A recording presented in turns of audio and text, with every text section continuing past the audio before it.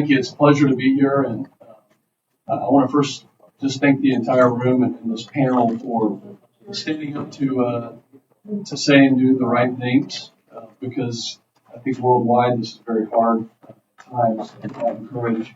So it's an honor to be invited here. It's not the first time that I've spoken on things with this subject and in this way, but thank you so much for this opportunity. And let me also say that the relationship that we have with Pakistan is very good, but we also want to get things right and advocate. And that is true around the world. You see many countries with strong relationships, but the relationship only grows stronger when we abide by the values with regards to human rights, with regards to political stability, and this is very much part of that conversation. So I have some written remarks, and I will say those now. But I know that those gathered here today share my desire to see a Pakistan that upholds our shared democratic principles: free and fair elections, freedom of expression, and the rule of law. And these are not just ideals, but they're fundamental rights that must be protected. The brutal crackdown on peaceful protesters last November that resulted in numerous casualties and mass arrests is a stark reminder of the challenges facing Pakistan's democracy. And it stands in contrast to the values of a free society. This includes the persecution and arbitrary detention of political opponents such as that former Prime Minister Imran Khan. And I join the voices like Rick Grinnell, who's President Trump's special envoy for special missions, in condemning of Imran Khan and calling for his release. Despite these challenges, as I mentioned before, the U.S.-Pakistani relationship is vital. It remains vital, and it's vital for regional stability. It is vital for global security. However, the relationship must be grounded in shared values of democracy and human rights.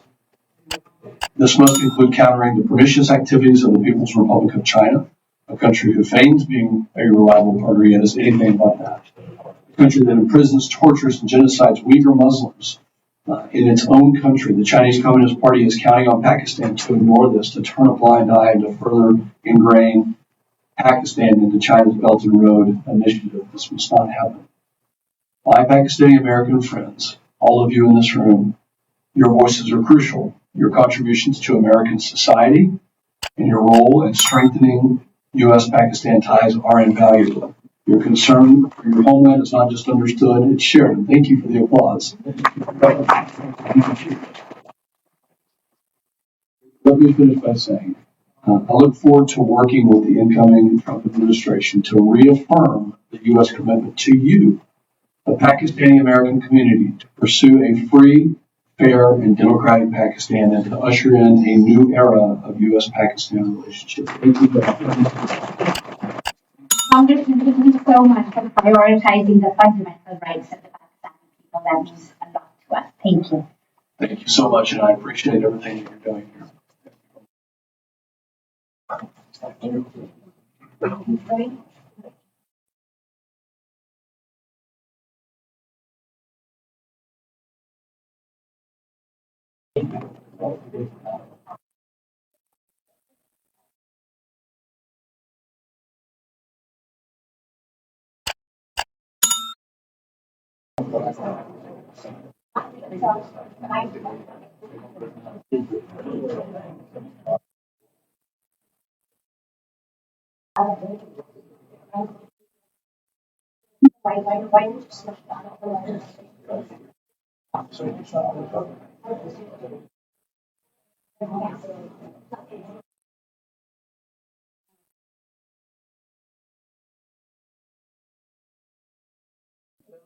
Yes.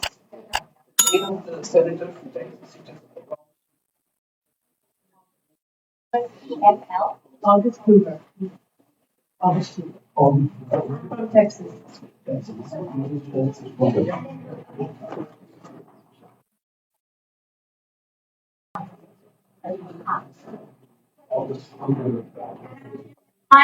all so much for coming.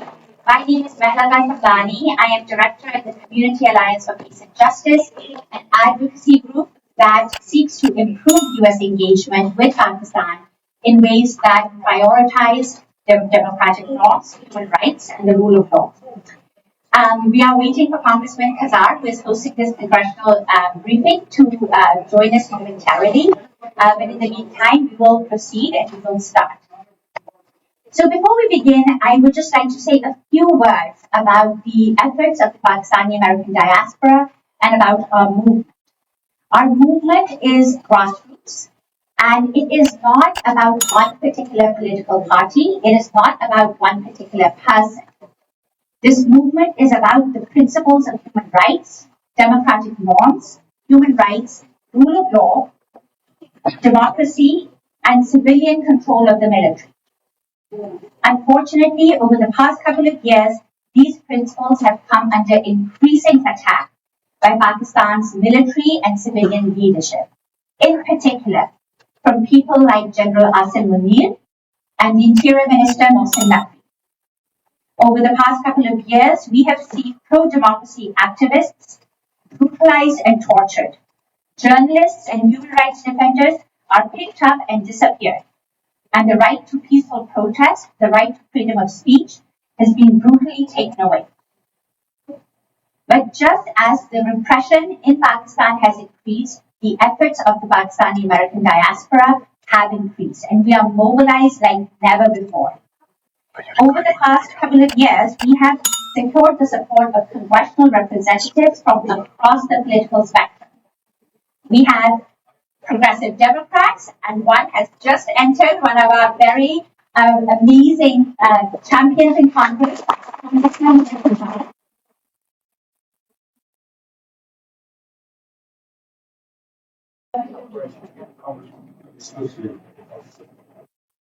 acknowledge Congressman Khazar. You all know him, and I'm going to turn to Dr. Saira Bilal, who will introduce him.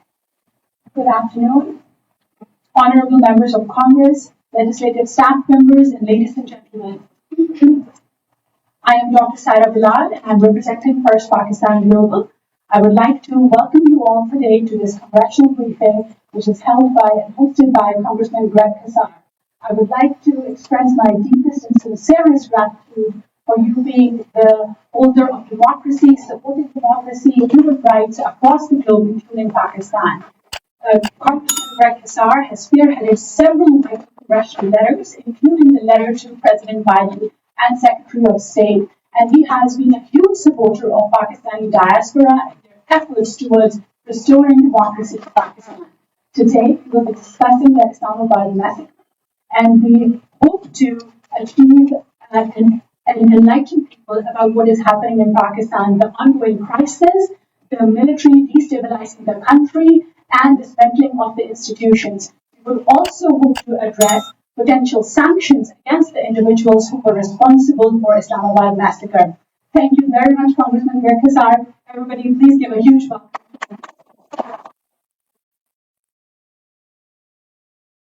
Thank you so much for the kind introduction, and I'm so grateful to those of you who have traveled from far and wide to be able to be here today to talk about the events and the killing on November 26th and 27th, talk about issues of peace and democracy in Pakistan and across the world. And I think it's so important for the Pakistani American community to be gathered and organizing to promote peace and human rights, as you said, for everyone. I'm Greg Khazar. I'm proud to represent the heart of Texas, stretching from San Antonio to Austin, Texas.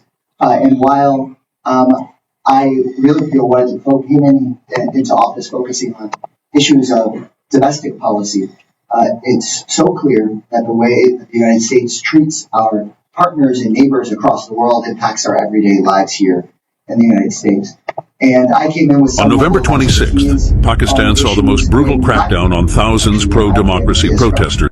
And the United States has a history, an unfortunate history, and a short-sighted history of oftentimes looking at its short-sighted military interests, thinking of military alliances first and democracy in places like Latin America second.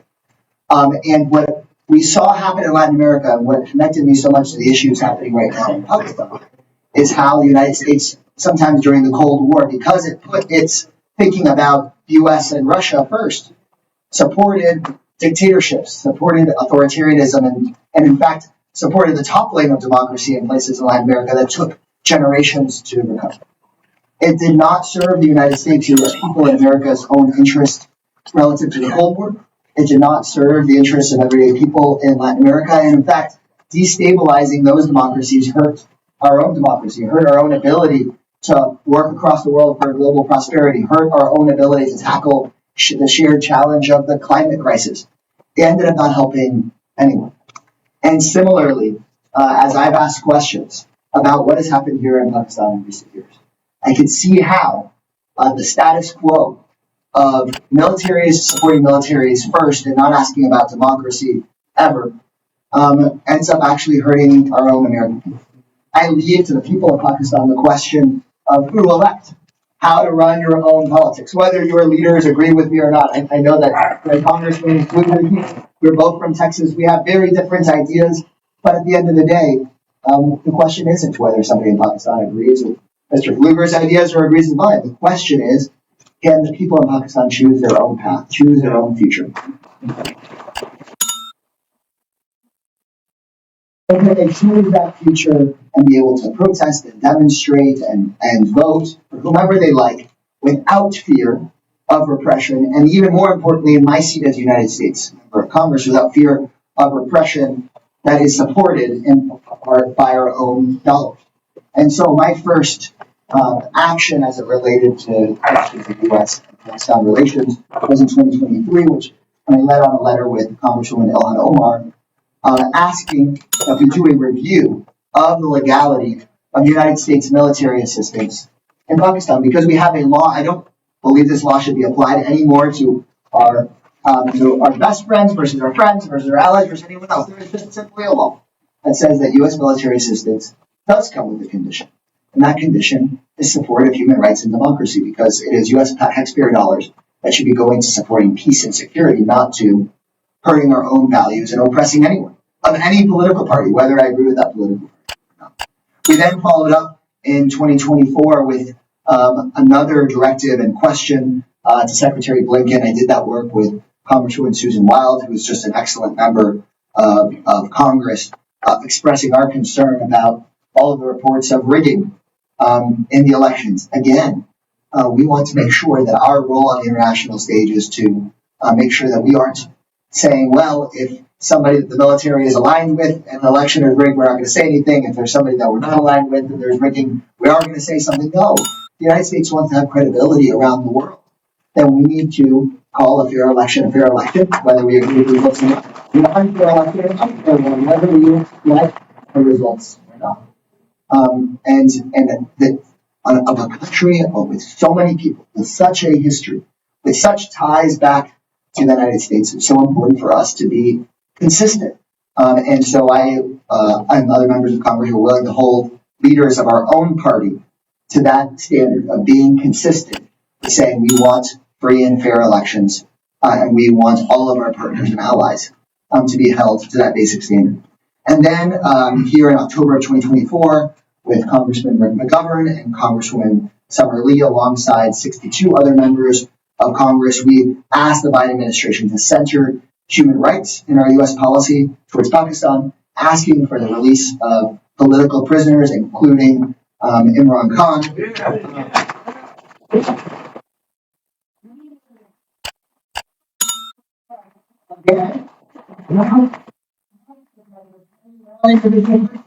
It could be anyone that was running for office. It could be in any country that we're partners and allies with. This isn't about picking on anyone, picking on any country. It's about just basic fairness. And so, in my view, there's a growing number of members of Congress that are aware of what is going on in Pakistan. I appreciate that there is an increasing bipartisanship on this issue that doesn't have to do with us having an outcome that we want, other than peace and democracy and self-determination. Because if there's peace and democracy and self-determination in developing worlds, then that is good for people who badly need it in that country, but also good for our long-term interests. We can't be thinking that people being under the United States thumb is actually good for the United States. It's better for people to be free and that is ultimately what's better for our own constituents as well. So thank you all so much for having us.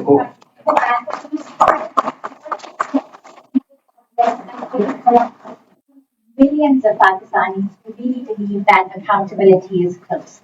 Thank you so much. We really appreciate you hosting this congressional briefing and for, especially at a time of such great and intense military authoritarianism in Pakistan. It means a lot to us. Thank you. Thank you. And I'm also really just a warm-up act for ranking membership.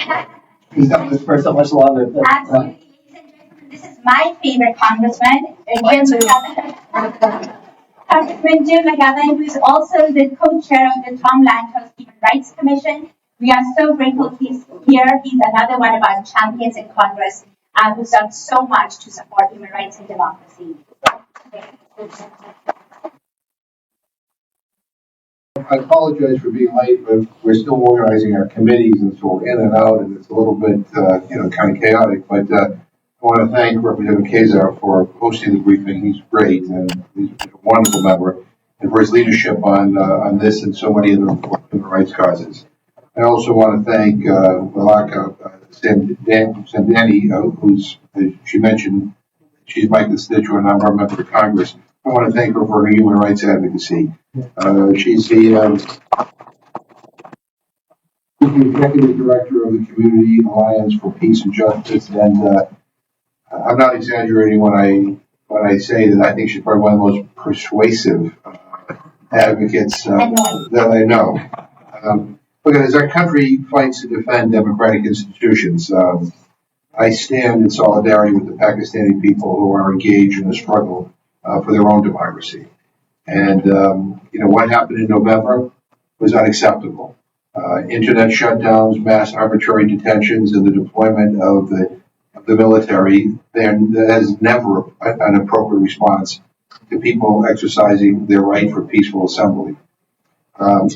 Amnesty International is calling for an urgent, thorough, and transparent investigation into the government's crackdown on opposition protesters, and I support what Amnesty International is advocating.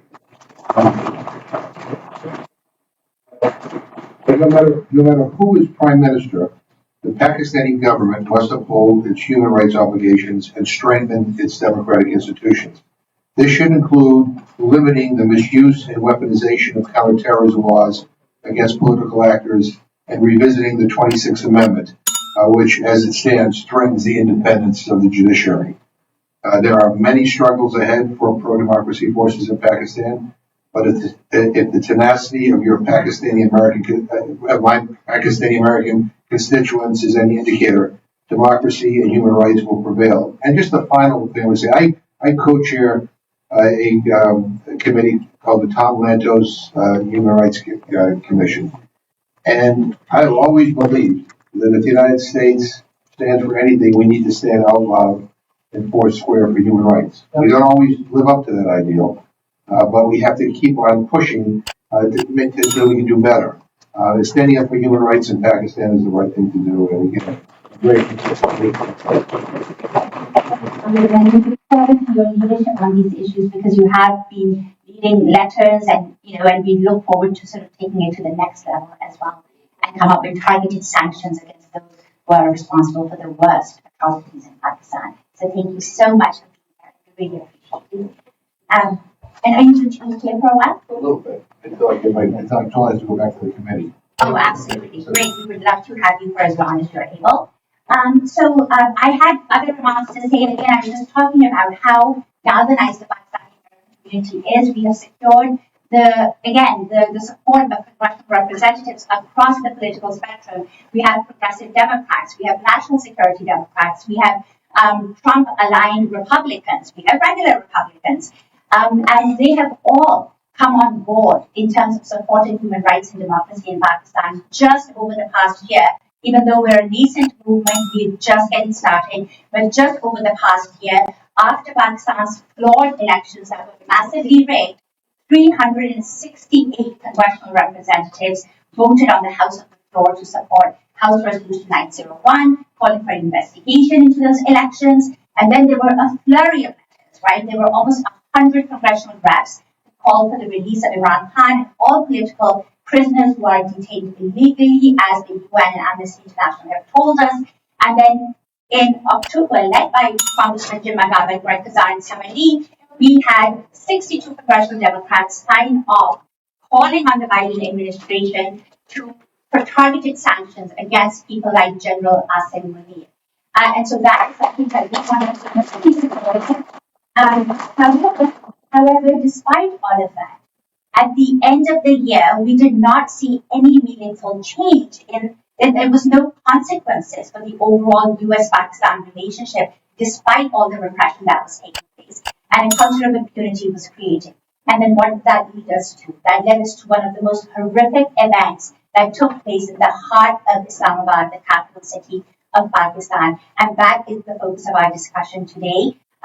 We will talk about the horrific events of November 26, in which the Pakistani security forces used lethal weapons against unarmed protesters, killing at least 15 and injuring hundreds.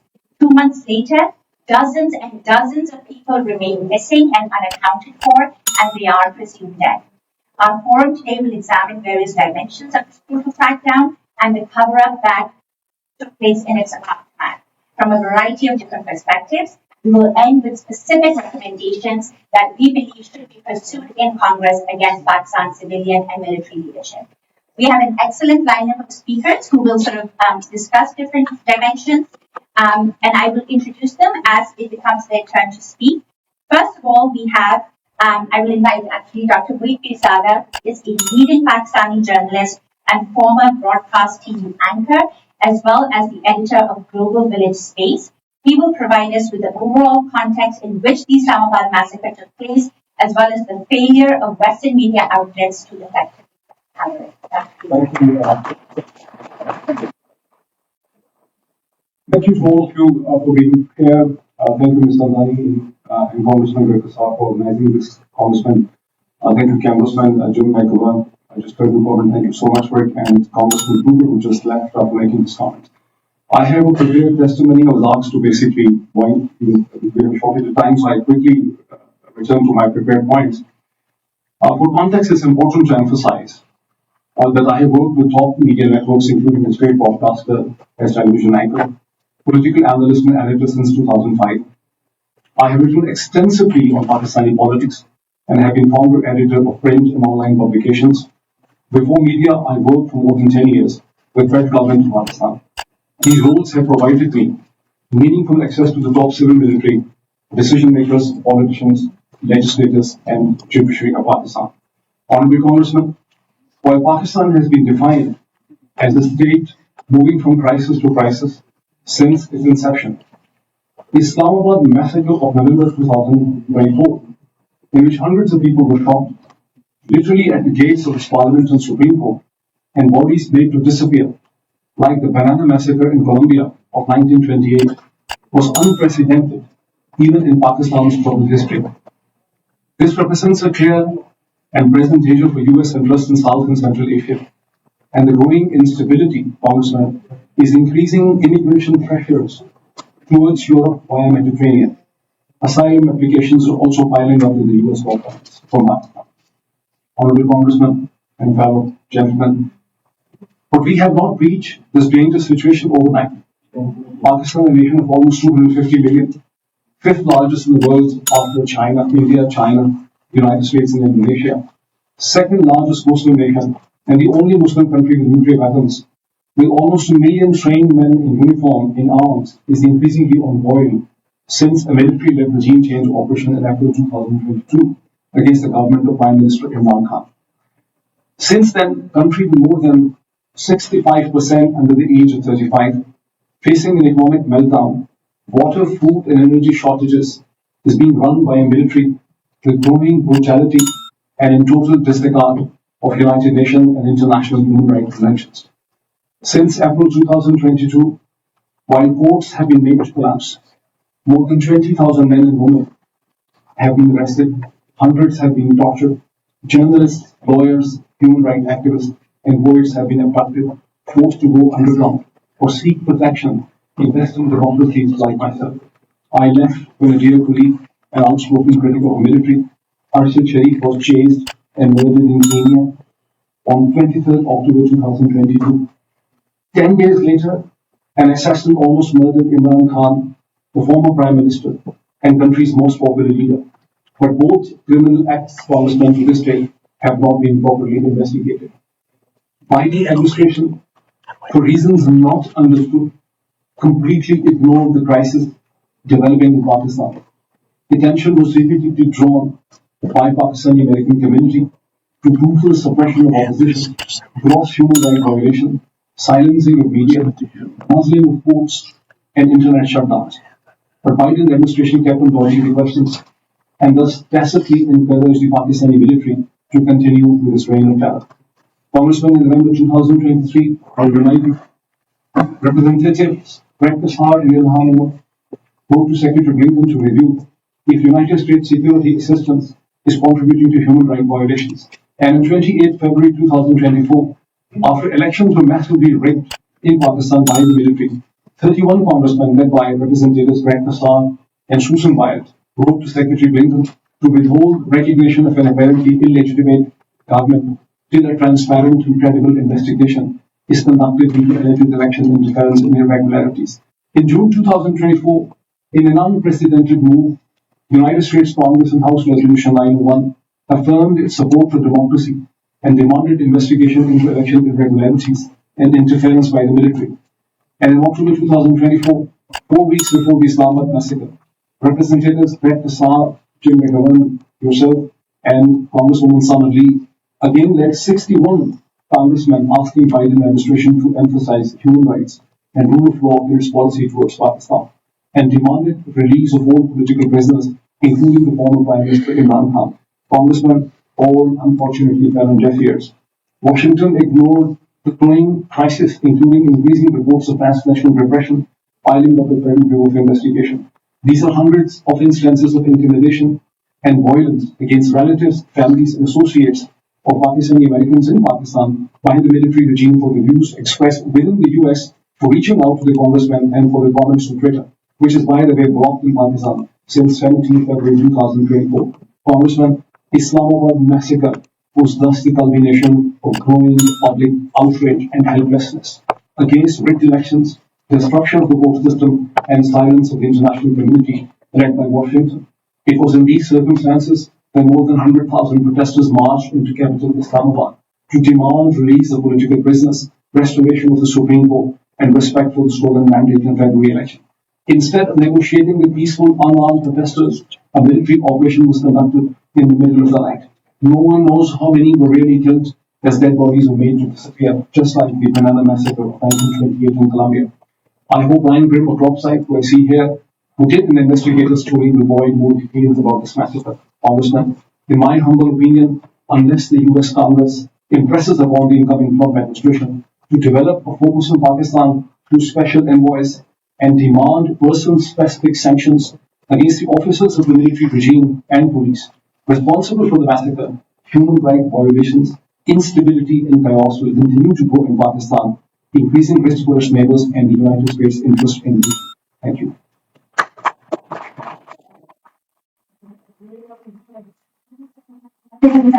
Comprehensive analysis and for that context. Next, we will turn to Mr. Ryan Grimm, who is a journalist and co-founder of Dropsite News, which incidentally is also banned in Pakistan. You will very soon find out why. He will share a report on how the military leadership planned the attack on unsuspecting protesters and how they covered it up. Thank you so much, Ryan. Thank you. And I know that in Pakistan, VPNs are very popular, so the ban on Dropsite is only so effective, so it still gets out there. What I'm going to do is read a decent amount of the article into the record here, just so that so it exists here.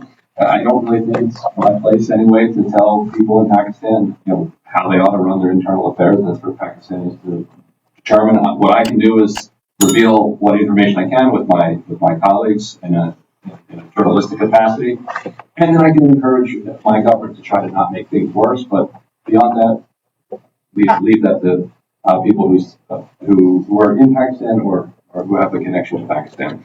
So let me read the story that my colleague Murtaza and I are saying. I'll skip over some of the journalistic filler, but we can get to the important parts. The headline was leaked information reveals Pakistan Army planned brutal crackdown on protests, including live fire and subsequent cover-up. The Pakistan Army planned to carry out a lethal crackdown on supporters of the imprisoned former Prime Minister Imran Khan in November, according to a source inside the Pakistan Army, confirmed by a second source with knowledge of the planning. The revelations of the government's multi-stage plan, which included a communications blackout, snipers, tear gas armed soldiers, strategic blockades in the heart of Islamabad, and the use of live ammunition, shows the level of alarm Pakistan's military government feels about supporters of Khan's PTI. Yet at the same time, the chilling details revealed by the source, we are providing activity due to the likelihood of reprisal. Along with the government's repeated denials of the details of its operation, suggests it remains confident in its ability to crush dissent and break the back of the pro-PTI movement. A second source with knowledge of the planning independently confirmed the outlines of the Army source's information. If I could just pause. He will go on, sir, but there's a lot to cover here. That covers it. No, there's a lot to cover, and I'm sure that Congressman has other meetings to attend to. So thank you so much for coming, Congressman Frank Cologne. We really appreciate you being here and to express your views on democracy and human rights in Pakistan. He's our congressman from New Jersey. Well, thank you. And I don't really have a lot to say, but and you probably heard it from some of the others, but let me just comment a little bit. I think some of you may know or may not that I have I don't want to say large, but I'll call it a large Pakistani American community in my district, which is in the central part of New Jersey, in Union Brunswick, where Rutgers University is. We have a number of mosques, and I try to frequent them when I can, particularly on the religious holidays.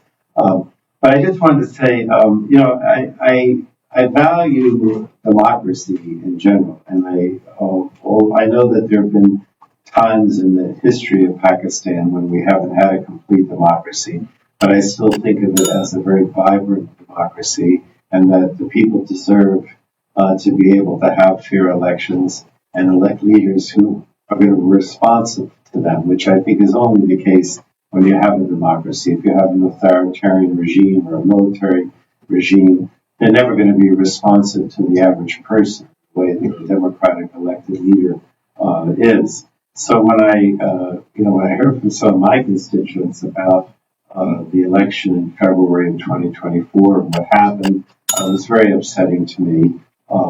Clearly, it's been designated by the State Department as a free and fair election. And of course, there's been the crackdown since then on the supporters of the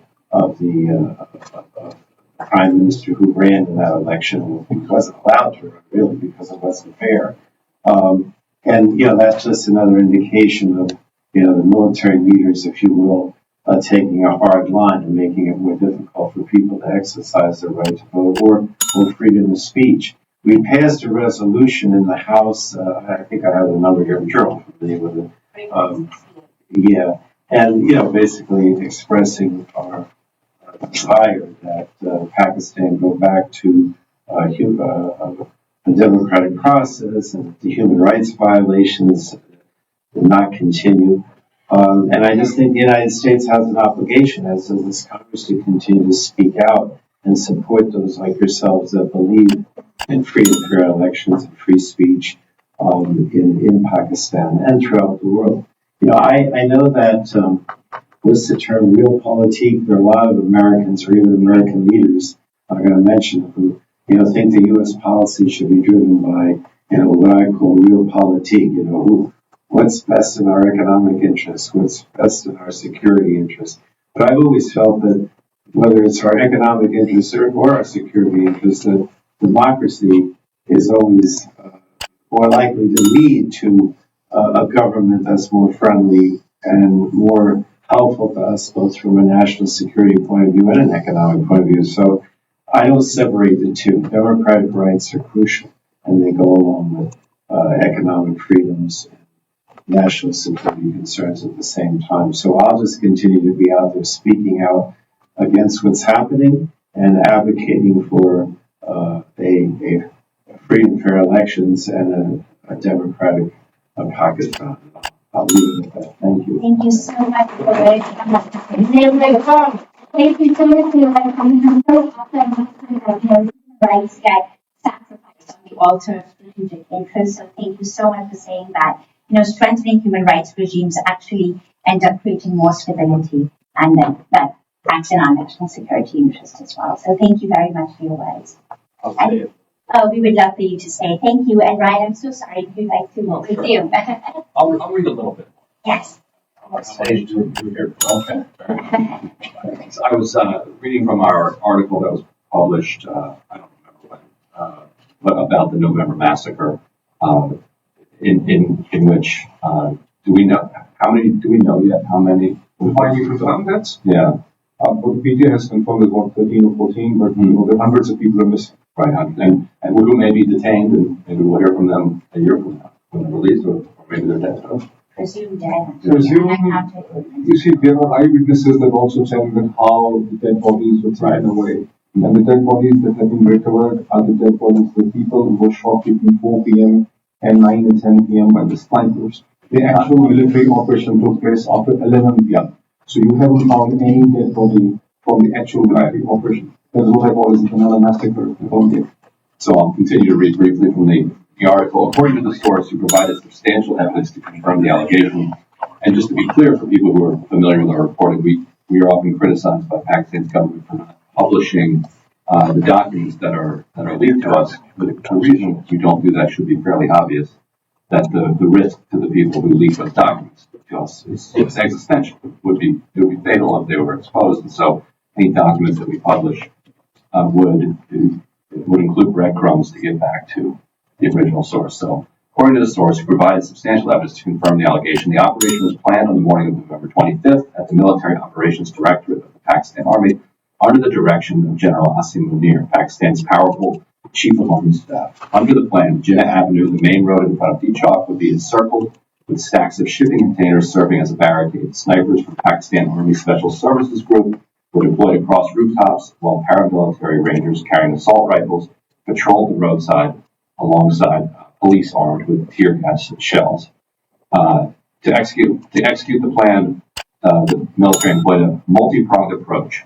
The first phase was to sow chaos and fear. Lights along Jinnah Avenue were extinguished, and we have video of that happening, plunging the area into darkness. At the same time, signals intelligence teams from Pakistan's inter-services intelligence agencies jammed communications networks, which people also reported independently, effectively cutting off the protesters' ability to communicate with each other in the outside world. The blackout was designed to disorient and demoralize the protesters. As confusion gripped the crowd, the second phase of the operation swung into action. The army gave the order to fire tear gas from multiple directions, and the choking fumes sent panicked protesters fleeing. This was the prelude to the main assault. What followed next, a barrage of live ammunition, including heavy assault rifle fire, directed indiscriminately at the fleeing crowds. Snipers positioned strategically on rooftops took aim at those deemed hostile or threatening. The final phase of the operation involved a swift and thorough cleanup. As soon as the firing ceased, ISI units were dispatched to Jinnah Avenue to remove all traces of the violence. This included removing bodies, shell casings, and any other evidence that could contradict the government's narrative of peaceful dispersal. So a lot of this is backed up by eyewitnesses who confirmed the end that was visible. This is from the sources inside the government. Thank you so much, Ryan. Ryan, thank you so much for that report. Very comprehensive. We really rely on your credibility for investigative journalism. And I would like to now recognize Congresswoman Rashida Tlaib, who is a hero to many of us and has been at the forefront of speaking out for human rights and democracy and self-determination around the world. And we are so grateful that you're here, Congresswoman. Thank you so much. Thank you so much. I'm so sorry you couldn't be here on the panel, but as I was walking, he was talking to Tim and I about how Ryan changed his profile picture to the propaganda. Thank you for officially made it. But we all know whether it's the United States or Pakistan, the right to protest is a fundamental right. You all know that. And of course, the right to vote is sacred. And I know all of you understand that importance and understand that it's truly part of who we are as people. To be able to have self-determination, to be able to have that kind of voice. But I together in solidarity with the Pakistani people because I've seen, personally seen some of the targeting me as an American of different faith, different ethnic backgrounds, about suppression of my voice, my First Amendment rights, my ability to be able to boycott, all of those things, and how that's interconnected also with the similar kind of attack and suppression that we see of the Pakistani people. And we know how, and how did, the Pakistani regime respond to its own citizens. We all know by shooting them with live ammunition, by tear gassing them, beating them, arresting them, and lying about it. Again, I've also seen that right here in our backyard with protesters and the current president sending out, National Guard and military folks to go out there against suppress that kind of movement to be able to have a voice and speak up. But we know these anti-democratic measures very much are dangerous. We know that it will lead to, the imprisonment of political opponents, as we saw and so many others. I've heard of journalists, people that even work at NGOs have been targeted simply for trying to protect the Pakistani people and people that are speaking out. But I want to be very clear because I am a person that grew up in the most beautiful, blackest city in the country, where they taught me to speak truth to power, even if even if it's unpopular, even if my voice shakes. I just want you to know I'm very, very much disappointed in my own country for continuing to be an ally to this kind of undemocratic process and just their dangerous, again, attacks on folks being able to speak up. We already dollars in weapons and military aid over the years with little regard to basic human rights. And I always tell people it's not always just Palestine that is impacted by unconditional aid or just not using the leverage that we have as a country. We see it all over the world where my own country continues to fuel that kind of human rights abuses. But we stand here together saying free Imran Khan. We stand here together and saying free Imran Khan. We stand together again and say that the Pakistani people deserve to be able to choose their own leaders in a free and fair democratic process. And again, I'll continue to be an ally to speak up.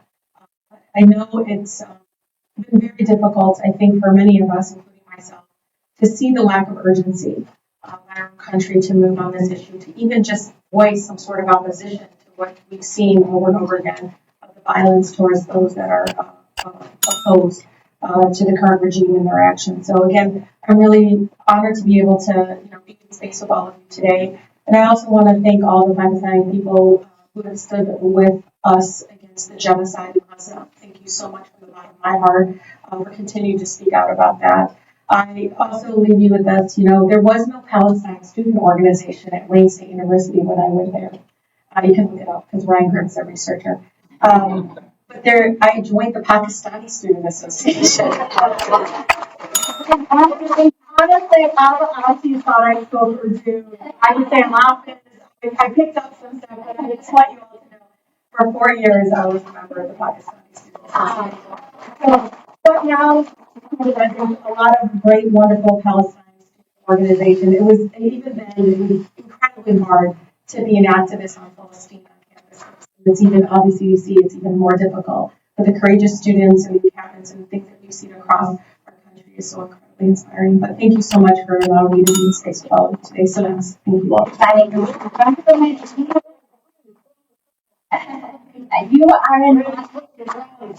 You are an honorary Pakistani and a profiling courage for all of us. And for everything that you are going through and what Palestinians are going through, and for you to sit here in solidarity with all of us means so much, and we are so incredibly grateful for your allyship. Thank you. And we hope that you will be able to stay for a little bit. Yes, for only as long as you can. I'll look at my stuff. I'm pretty sure. Okay, thank you. Thank you so much. And so next, thank you, Ryan, for your remarks. And next, we will now turn to Mr. Jahad Said Khan. Senior Fellow at the Atlantic Council and the Emmy-nominated former NBC Bureau Chief in Afghanistan and Pakistan. Wajahat will speak about U.S. support for Pakistan's military institutions and its implications for Pakistan's democracy. Thank you. Thank you. Bismillahirrahmanirrahim. Honorable Congressman, Assalamu alaikum. Good afternoon.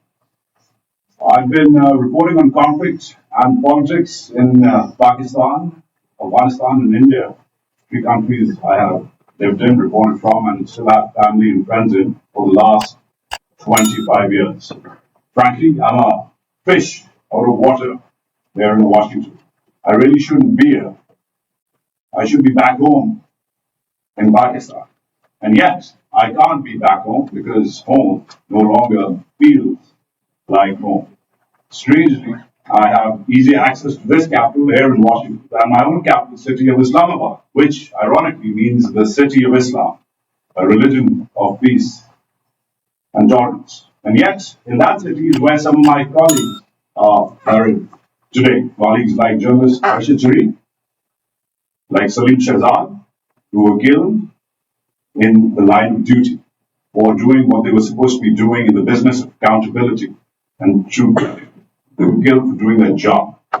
Today's briefing is an attribute to heroes like them, heroes who are no longer with us, but have given us the courage to carry on this work of speaking truth to power. The steady attrition of democratic rights and journalistic freedoms over the last 2 decades has seen thousands killed in my country, including dozens of fellow journalists. The pace has picked up, especially over the last few years, and has led to this difficult moment for me and some of my friends on this panel. I really should be bursting with pride being able to speak at this great forum. I mean, the congressman here is from Michigan, where I went to college, and is a local hero for so many years. But I don't have that pride. I shouldn't, because that pride should come from the distinction of being embedded with and covering over 100 of the bravest of the Pakistan Army's 250 military units deployed on some of the country's most intense front lines, seeing that country's most courageous soldiers sacrifice their lives. Pride, which comes from hailing from 3 generations of public servants and law enforcement officials. My late father led Pakistan's intelligence bureau. My stepfather served as an instructor in Pakistan's Army aviation. Pride, which comes from launching the country's first independent and Urdu and English news channels and interviewing dozens of its leaders and influencers. And yet, here I am, a prisoner outside my own country because of the way Pakistan's military and military-backed leaders have treated their best and brightest. What I'm about to tell you and ask you, I do with a heavy heart. Today I'm asking and making a case for movement, for action. I'm making a case for sanctions. Not sanctions that hurt my country. Not sanctions that hurt the 250 million people of Pakistan, over half of which still live under the poverty line, but policies that force change at the very top of the country's Praetorian military and military-backed leadership. As this great country starts with a new Congress and administration, the U.S. must be aware of the flaws and fallacies of its ongoing policies for Pakistan, but also the promise and potential for new ones. The U.S. must be aware because awareness is power. And this Congress should be aware that America's lack of action around repression, such as blatant election rigging, mass arrests, internet shutdowns, abductions and assassinations of journalists and civil rights leaders, and incarceration of democratic leaders like Imran Khan, has been interpreted by the military regime as a green light from Washington for further repression. This lack of action endangers not just Pakistanis there, but also many of the 1.2 million Pakistanis right here whose families, loved ones, businesses, freedoms have been targeted by the Pakistani regime through transnational repression. The wave of this repression runs through my home province of Balochistan, where thousands remain missing, abducted by the state, to just next door in Baltimore, which is, like so many other American cities, becoming a shelter of asylum for an increasing number of Pakistanis who are leaving the country in record numbers today, even on ships which sail halfway to Europe. Numbers that have put Pakistan at the top of the world's destinations to live and at the bottom of the world's index of countries to live in. Whether intended or not, the lack of any consequence for Pakistan on the unprecedented and well-documented human rights violations of the past 2 years have incentivized the regime to brutally track down not just the protest of November 26th, as Movie Pirzada and Ryan Grimm have stated out, but also students, lawyers, activists, even women and children demanding justice and freedom. Freedom to vote, freedom to assemble, freedom to report, freedom to meet their missing relatives, even freedom to tweet. That's right. Just this morning, the government has further affirmed a law that sentences people to 3 years of prison time for a tweet that the regime may deem as fake or coercive. This just happened this morning as we were getting ready for this conference. Zeroing in on Pakistan's military leadership, they rashly believed that they could do more easily, they could weather any blowback for the mass shooting because of the other alternative. Mass protests were likely to gain steam and get international media attention. Attention they were scared of. That's what I'm asking for today, Congressman. Attention. Given its bilateral history with the US, given the dependencies of its military and leadership on Western aid, given that they draw legitimacy from acts of aid and support from this very Congress, given that they train here, retire here, bank here, and invest here, Pakistan would be virtually certain to change its policies of repression if the US even credibly threatened any meaningful action against the senior military or military-backed leaders of that country. The years of silence of the Biden administration, driven by dependency on the Pakistani military by Washington, have been countered by the brave resolutions of this very Congress, H.R. 901, passed last summer, which demanded an investigation into last February's hijacked election. But more is required. Targeted sanctions against architects of the repression that stopped military, intelligence, and government officials who were named. I'll name them again for the record: General Asim Munir, Interior Minister Mohsen Naqvi, and company. Threats to stop coveted U.S. military training and cooperation or conditions on major loans that require Pakistan to adhere to basic democratic norms would immediately lead to change. Trust me, it's happened before. To end, Washington has relied on Pakistani military for its geopolitical goals in the region for decades. But what has that dependency given Washington? Osama bin Laden being housed in a military garrison town, and Afghanistan where the Taliban still rule and repress women and hold Americans hostage, a South Asia where trade with India or curbing the influence of China or normalization with Iran is still a far shot. And in the middle of all of this, after receiving billions in aid and arms and decades of being given either a green light or being shown a yellow one for tacit approval, lies the unreliable partner. The unreliable partner, that is the Pakistani military. The more reliable partners of America are in this room. The best and brightest, civilian leaders and activists, entrepreneurs and economists, inventors and influencers are being held hostage by that unreliable partner. This action, targeted sanctions, or the credible threat of sanctions, has given the US results in the past, so why not try it again? Finally, this isn't about Imran Khan. It's about what the millions of who will survive Imran Khan, both there and here in the US, will blame Washington in a wave of growing anti-Americanism if the tide is not turned now. There's a joke they tell in GHQ, General Headquarters, the home of the Pakistani military, in Rawalpindi, that the shortest flight to that city takes off from Washington, D.C.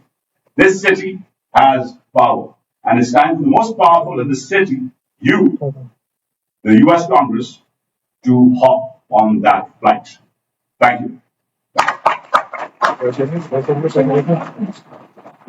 much for that. That's very compelling your own personal story and also for those compelling arguments about why the U.S. needs to reevaluate its relationship with the Pakistani military. And with that, I'm now going to turn to Mr. Benjamin Linden, who is the Advocacy Director of Europe and Central Asia at Amnesty International. He will share the various statements issued by Amnesty during the massacre, as well as about the broader human rights concerns surrounding political repression and democracy in Pakistan. Thank you so much. Thank you, everybody, for coming here. Thank you to First Pakistan Global and Representative Kassar's office for convening us here today. A couple of words very quickly about Amnesty International. We are a nonpartisan organization. We don't favor any political parties. We don't endorse or oppose political figures. We don't certify elections or do anything of that sort. What we do is stand up for human rights globally. We document human rights abuses in line with international law, and we advocate for correcting those abuses. As it relates to Pakistan, I want to talk first about the context broadly within the country on the right to protest. We see generally a pattern of clampdown on protests and freedom of assembly, not just focused on PTI supporters. This is also the case specifically in the case of the Baloch National Gathering, for example, in July, where we saw use of live ammunition, and even this past weekend, a heavy crackdown by police against Baloch protesters in Karachi during what should have been a peaceful and was a peaceful political mobilization campaign.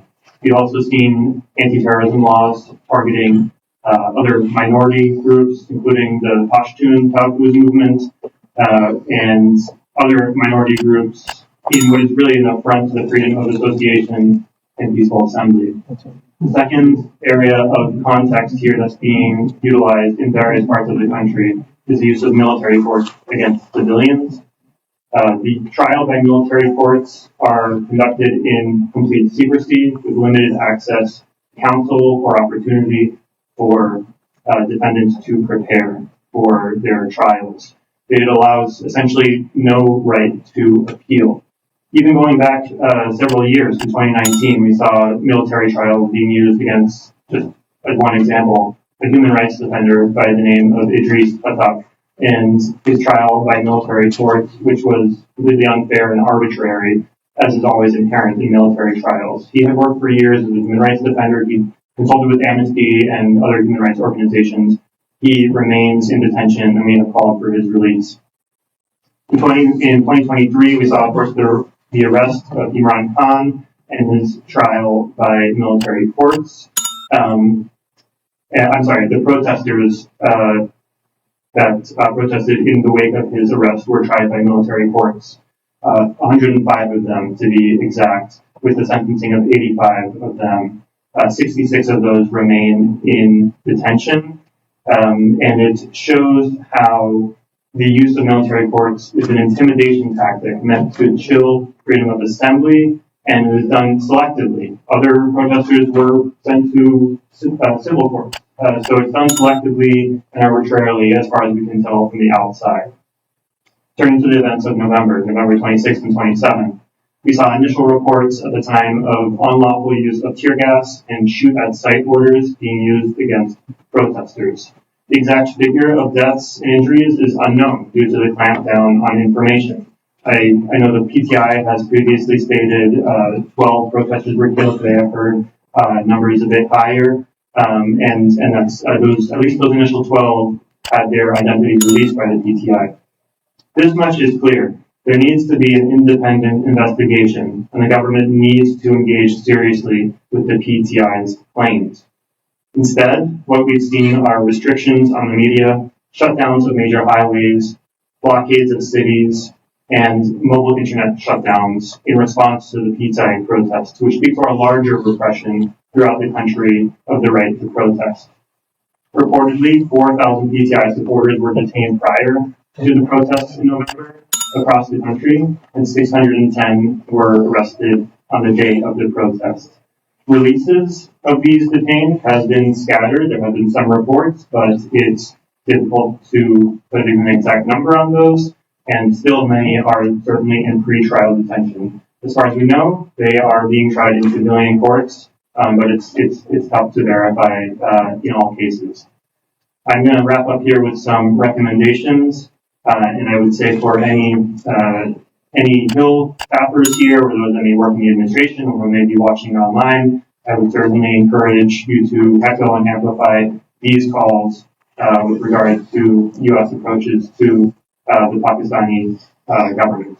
First, Amnesty is calling for a prompt, thorough, impartial, effective, and transparent investigation into the deaths and injuries of protesters and the unlawful use of force, including use of lethal and less lethal weapons by security personnel. So far, these calls have gone unheeded. And again, this is not just being targeted at PTI supporters. Second, we're calling for the immediate release of all protesters detained solely for exercising their right to peaceful assembly. And third, we are calling for the end of the use of military courts to try civilians. Thank you.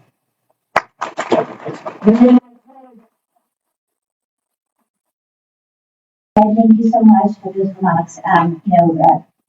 Watching and reading Amnesty International's statements during the massacre and afterwards was very helpful in providing sort of documentation for exactly what happened. So thank you for that. And last but not least, we have Mr. Yumna Rizvi, who is the Senior Policy Analyst with the Center for Victims of Torture, who was in Islamabad at the time of the massacre, and she will now share her observations about Pakistan's changing political climate, as well as actions that Congress can take to address the human rights situation there. Thank you, Malika, and thank you everyone who's here, as well as staff and members. As Malika said, I was in Islamabad when the massacre happened, and I just want to quickly share some observations of what I saw. The current climate in Pakistan, as my co-panelists have said, is unprecedented repression, with the military actively trying to control a narrative and repress any form of freedom of association and expression. The diminishing trust in the military and support for it is at an all-time low, with increased support for PTI. Despite the repression, some people are showing incredible courage by openly supporting PTI, often at great personal risk. And I'll share two quick examples of what I've observed. The middle-class conservative women, who are largely housewives, whom PTI has been able to mobilize and activate politically, are now engaging in conversations that are critical of the military. This is a generation that has largely not been involved in activism of the 70s or the 80s or the current activism movements. The second is skilled laborers who belong to lower middle class or the working class, who are shop owners and small business owners. They are now naming their businesses after PTI. So we saw Insaf Taylor's out at a commercial center, and he had a poster of Imran Khan in his window. The next time we passed there, the poster was gone, and so we asked him what happened. And he said, the police came and I was told to take it down. And it was against this backdrop of increased repression and resistance that tensions came to a head in November and culminated in the massacre. Days before, we had already seen that shipping containers were starting to line up around the highways. The government was showing what it was preparing for, creating a sense of anxiety and urgency as people were rushing to complete their work and finish their errands, because it's unclear how long the lockdown would last. By Sunday night, and I have some pictures in my phone and videos if folks want to see. By Sunday night, entry and exits to and from Islamabad were blocked, and certain roads within Islamabad were closed off as well. Mass transit was suspended, riot police were out at multiple points with barbed wire, prisoners' vans were out on the streets, and commercial and business areas were closed. Mobile networks were down by Sunday night. And most people in Pakistan at this point are used to some of these measures, right? When protests happen, when religious processions happen. But there were some things in part of this that were unprecedented, such as raids in homes and apartment buildings to find PTI sympathizers. And certain areas of Islamabad, which are 20 to 25 minutes away from Dijak, where I was, our commercial centers were also closed. We had just one pharmacy open and one other grocery store that had one light on, and half the shutter was down.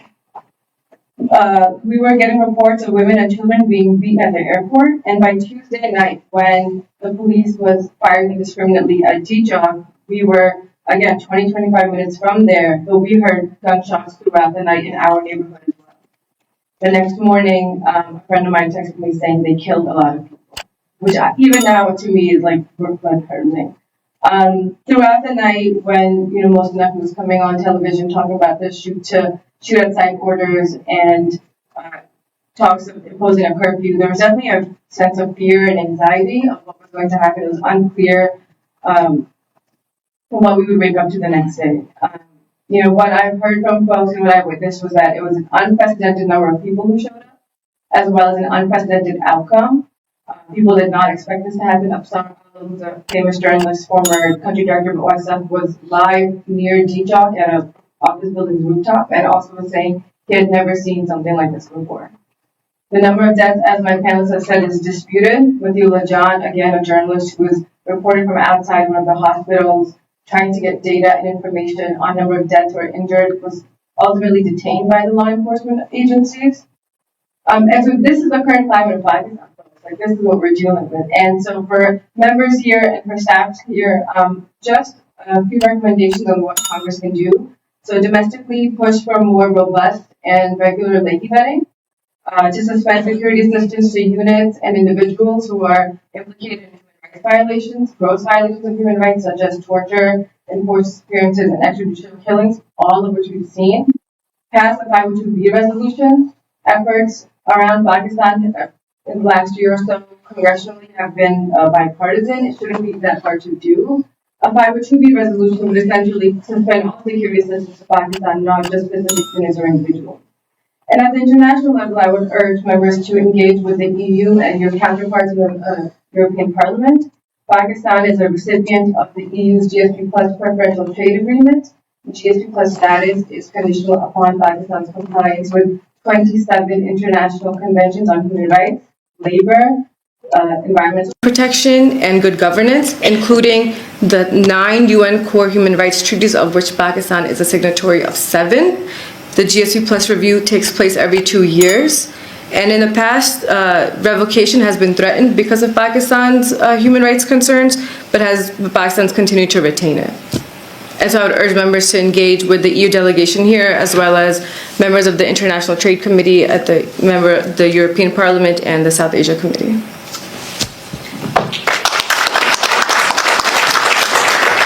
Thank you so much, Yumna. Thank you for sharing your personal experience of how it was in Islamabad that very, very fateful day. I'd like to thank all of our panelists for their very incisive analysis and their expertise. Thank you all so much for giving of your time. Congresswoman, thank you so much for staying for the course of this panel. We really appreciate your help, and we really hope that you will remain at the forefront of sort of galvanizing your colleagues in Congress to in support of human rights and democracy in Pakistan. We're coming to the end of this forum, everyone. But again, as we had mentioned, the Pakistani diaspora is literally just getting started. You have seen how much we have accomplished over the past year, and today you heard in gruesome detail about the cruelty that was unleashed on unarmed and peaceful protesters and the callousness with which it was covered up. And you have seen the context within which this massacre was allowed to happen. And you have also heard how important it is for the US government to now re-evaluate its relationship with the Pakistani military. For far too long, our rights, the rights of the Pakistani American people and the rights of the Pakistani people have been trampled in pursuit of strategic interest. We cannot let that happen anymore. The perpetrators, the masterminds, the architects of repression in Pakistan are people like General Asim Munir, are people like Mohsen Naqvi. We have to name them, we have to shame them, and we have to build on the letters that we have come up with, or our congressional representatives have come up with over the past year. And now at this very moment, the Pakistani diaspora is working with congressional representatives to draft legislation that would mandate sanctions, targeted sanctions against individuals like General Asim Munir, like Mohsen Naqvi, who happens to be visiting at this point. We don't want these people getting visas to come to the US. We don't want these people being able to store their stolen wealth here in foreign bank accounts. And that is what we're working for, binding legislation that will prevent that from happening. For far too long, they have operated with impunity, and we will not let that happen. For all the congressional staffers here, I'd ask you to please join the growing list of congressional representatives who've been supporting human rights and democracy in Pakistan, and who've been calling for accountability. For all the Pakistani Americans who are here, gathered here today, and who listen to all this incredible testimony, please join our efforts.